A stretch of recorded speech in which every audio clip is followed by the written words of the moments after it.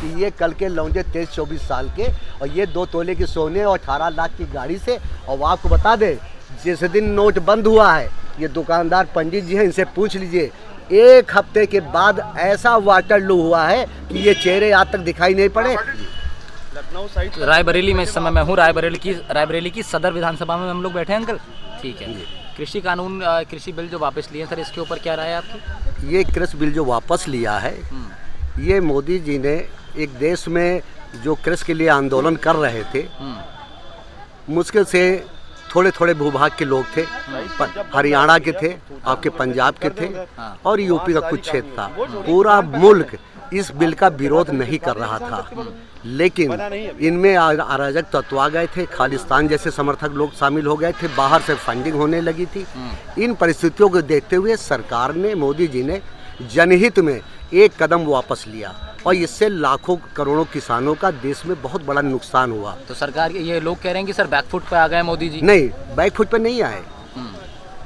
मोदी जी ने तो एक अशांति से और जो उसमें गलत एलिमेंट आ गए थे, उनसे उनको झटका देने के लिए कि अब तुम आंदोलन करोगे तो किस बात के लिए करोगे भाई?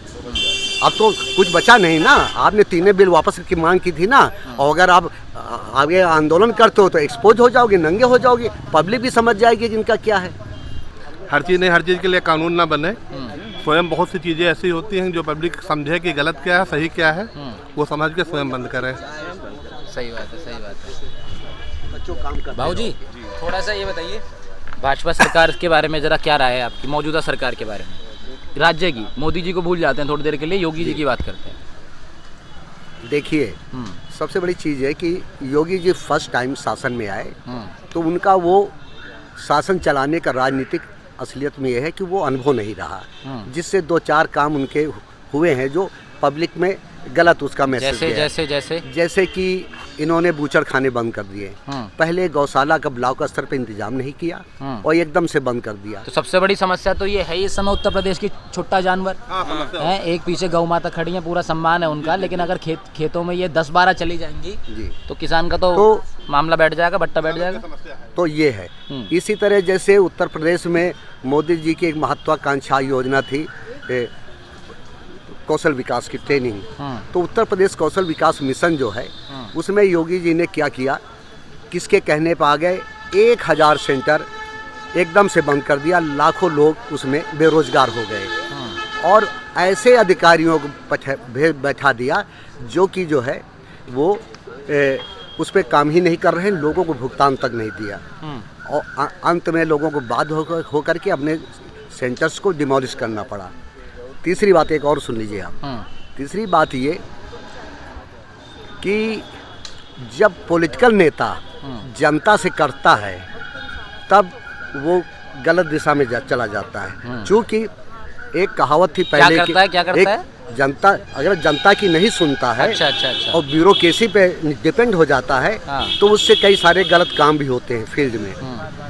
जैसे कि अकबर बादशाह की 9 रत्न थे जिनसे राय लिया करते थे, लेकिन योगी जी उससे भी आगे चले गए, इनके 11 रत्न हैं। ये 11 IAS को बैठा करके पूरे प्रदेश का सर्वे कर लेते हैं और हालत ये है कि MLA MP को किसी को ये पूछते ही नहीं है। और मैं आज की तारीख में बताऊं कि मेरी एज 70 साल है और मैं भाजपा का सक्रिय सदस्य रहा हूं बहुत बचपन से।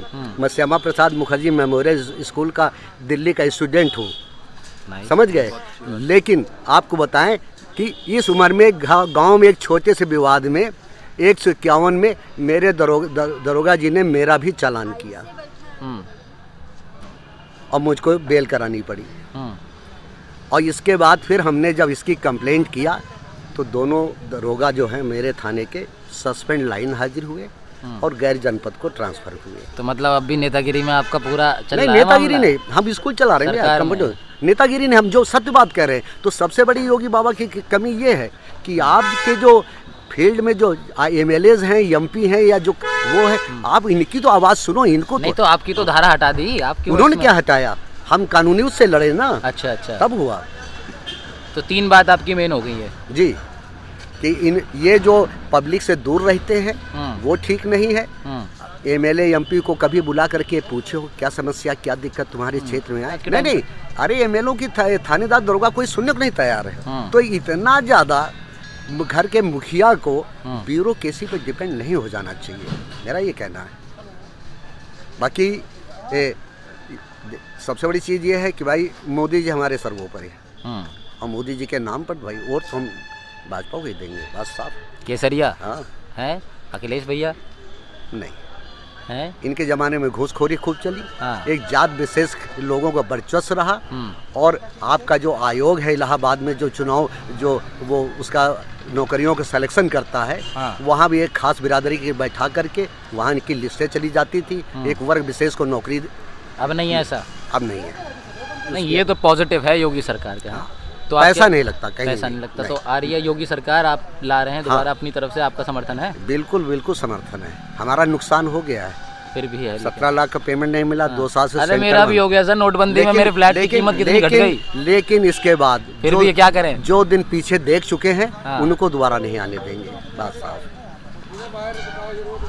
बात साफ है। रायबरेली सदर से बाबूजी क्या नाम हो आपका? अवधेश सिंह चौहान। आनी तो है, पक्की बात है, ये पक्का है 100%। इसको कोई नहीं रोक सकता। बस बस बस ठीक है भैया। जय केसरिया। रायबरेली सदर विधानसभा सीट से जय केसरिया। आप देख रहे थे फ्री वॉइस राहुल, जुड़े रहिए।